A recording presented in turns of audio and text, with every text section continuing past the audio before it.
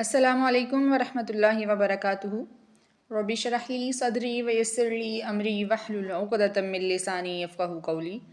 اعوذ باللہ من الشیطان الرجیم، بسم اللہ الرحمن الرحیم۔ بات ہو رہی تھی یہود کی کہ ان کو اللہ تعالیٰ کہتے ہیں کہ جو پچھلی قومیں گزر گئیں ان کے اعمال ان کے ساتھ ہی چلے گئے، ان کے اعمال کا فائدہ تمہیں نہیں ہوگا، اور اب فرما برداری کے لیے ضروری ہے کہ اللہ نے جتنے بھی انبیاء بھیجے ہیں ان سب پر ایمان لانا ہے، اور اللہ کے تمام احکامات پر بھی ایمان لانا ہے، اور انبیاء کے درمیان فرق نہیں کرنا۔ فَإِنْ آمَنُوا، پس اگر ایمان لائیں وہ، بِمِثْلِ، مثل اس کی، مَا آمَنْتُمْ بِهِ، جو ایمان لائے تم اس کے ساتھ۔ اس آیت میں صحابہ کے ساتھ خطاب ہے۔ صحابہ کو کہا جا رہا ہے کہ یہود و نصارہ اگر تمہاری مثل ایمان لے کے آئیں، تمہارے جیسا ایمان لے کر آئیں، فَقَدْ اهْتَدَوْا، پس تحقیق وہ ہدایت پائیں۔ صحابہ کا ایمان کیسا تھا؟ انہوں نے دین کو اپنا اوڑھنا بچھونا بنا لیا۔ جب اللہ کو معبود مانا تو پھر اس کے نام پر جانیں بھی دیں اور مال بھی قربان کیے، بیوی بچے ماں باپ چھوڑنے پڑے تو وہ بھی چھوڑے۔ اللہ اور اس کے رسول نے جس بات کا حکم دیا اس کو ایز اٹ از لے لیا۔ یہود و نصارہ کی طرح اپنی مرضی کا دین نہیں لیا، نہ ہی انہوں نے آج کے مسلمانوں کی طرح یہ کہا کہ ہم تو رسول پاک صلی اللہ علیہ وسلم کی امت ہیں، ہمارے اندر تو اتنے عظیم پیغمبر موجود ہیں کہ جن کی بات اللہ بھی نہیں ٹالتے، تو ہمیں وہ بخشا لیں گے یا ہماری شفاعت کر لیں گے۔ بلکہ وہ دین کے ایک ایک جز پر ایمان بھی لائے اور عمل بھی کر کے دکھایا، اور اس کے لیے انہوں نے اپنے آباء و اجداد کا دین بھی چھوڑا جو انسان کو بڑا عزیز ہوتا ہے۔ جیسے آج بھی کسی سے کوئی بات کرے تو وہ کہتا ہے جی کیا کریں، بڑوں کو ایسا کرتے ہوئے دیکھتے آئے ہیں، ہمارے بڑوں نے ایسا کیا ہے سو ہم بھی ایسا کریں گے، اور انہوں نے بڑوں کے دین کو بھی چھوڑا اسلام کی خاطر۔ وَإِن تَوَلَّوْا، اور اگر وہ منہ پھیریں، فَإِنَّمَا، بس یقیناً، ہم وہ فی شقاق، بدبختی میں ہیں، ہٹ درمی پر ہیں۔ فَسَيَكْفِيكَهُمُ اللَّهُ، پس ان قریب کافی ہوگا آپ کو ان سے اللہ۔ پس سا ان قریب، یکفیکا کافی ہوگا آپ کو، یہ رسول پاک صلی اللہ علیہ وسلم کو کہا جا رہا ہے، ہم ان سے یا ان کے مقابلے میں، اللہ اللہ۔ فَسَيَكْفِيكَهُمُ اللَّهُ، پس ان قریب کافی ہوگا آپ کو ان سے اللہ، یعنی ان کے مقابلے میں ایک اللہ آپ کے لیے کافی ہے۔ وَهُوَ السَّمِيعُ الْعَلِيمُ، اور وہ سننے والا جاننے والا ہے، یعنی اللہ ان کی نیتوں سے بھی واقف ہے اور ان کی سرگوشیوں سے بھی اور ان کی پلاننگ سے بھی، ہر چیز سے واقف ہے۔ صبغۃ اللہ، رنگ اللہ کا، یعنی اللہ کے دین کا، یعنی ہم نے اللہ کے دین کا رنگ اپنے اوپر چڑھا لیا۔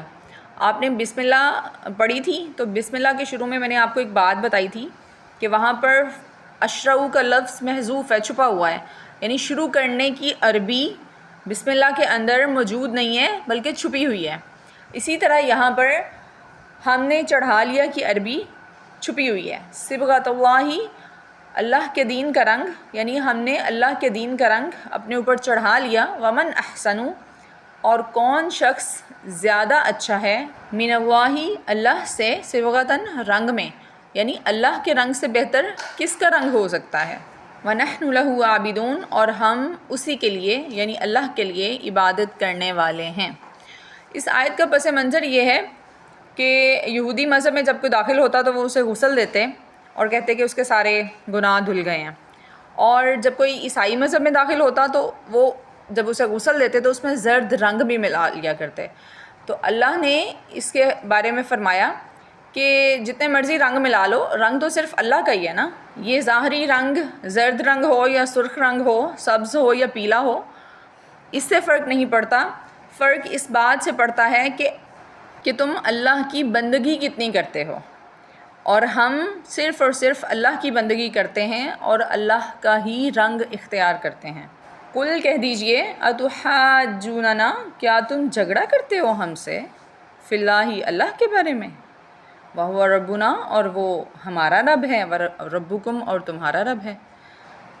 یہود آ کر رسول پاک صلی اللہ علیہ وسلم اور مسلمانوں سے جھگڑا کرتے تھے کہ ہمارا دین پرانا ہے، ہماری کتاب بھی پہلے آئی ہے، ہمارا قبلہ بھی پرانا ہے، ہم حق پر ہیں، آپ لوگ غلط ہیں، آپ لوگ بعد میں آئے ہیں۔ اگر رسول پاک صلی اللہ علیہ وسلم سچے ہوتے تو وہ حضرت اسحاق علیہ السلام کے خاندان میں پیدا ہوتے ہیں۔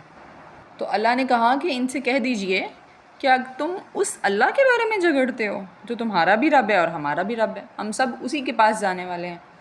وَلَنَا أَعْمَالُنَا، اور ہمارے لیے ہمارے اعمال ہیں، ہم جو کریں گے ہم نے اس کا جواب دینا ہے۔ وَلَكُمْ، اور تمہارے لیے اعمالکم، تمہارے اعمال ہیں۔ اگر تم دین کو مان لیتے ہو، ہٹ درمی کو چھوڑ دیتے ہو تو ویل اینڈ گڈ، اگر نہیں چھوڑتے تب بھی تم اپنے اعمال کے لیے جواب دہ ہو۔ وَنَحْنُ، اور ہم لہو، اسی کے لیے یعنی اللہ کے لیے، مخلصون، اخلاص کرنے والے ہیں، ہم اس کے ساتھ کسی کو شریک نہیں ٹھہراتے، ہم اس کے لیے کوئی اولاد مقرر نہیں کرتے۔ ام تقولون، کیا تم کہتے ہو، ان ابراہیم، بے شک ابراہیم، و اسماعیل، اور اسماعیل، و اسحاق، اور اسحاق، و یعقوبہ، اور یعقوب، والاسباط، اور ان کی اولاد، کانو تھے، ہودن، یہودی، او نصارہ، یا عیسائی۔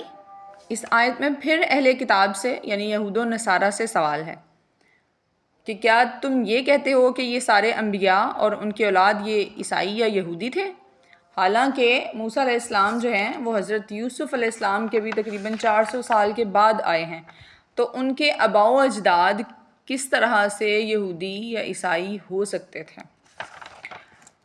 قل، کہہ دیجئے، انتم، کیا ہو تم، عالم، زیادہ جانتے، ام اللہ، یا اللہ، یعنی اللہ تعالیٰ کہتے ہیں کہ ان لوگوں سے کہیے، اہل کتاب سے کہیے کہ آپ لوگوں کے پاس زیادہ علم ہے یا اللہ کے پاس زیادہ علم ہے۔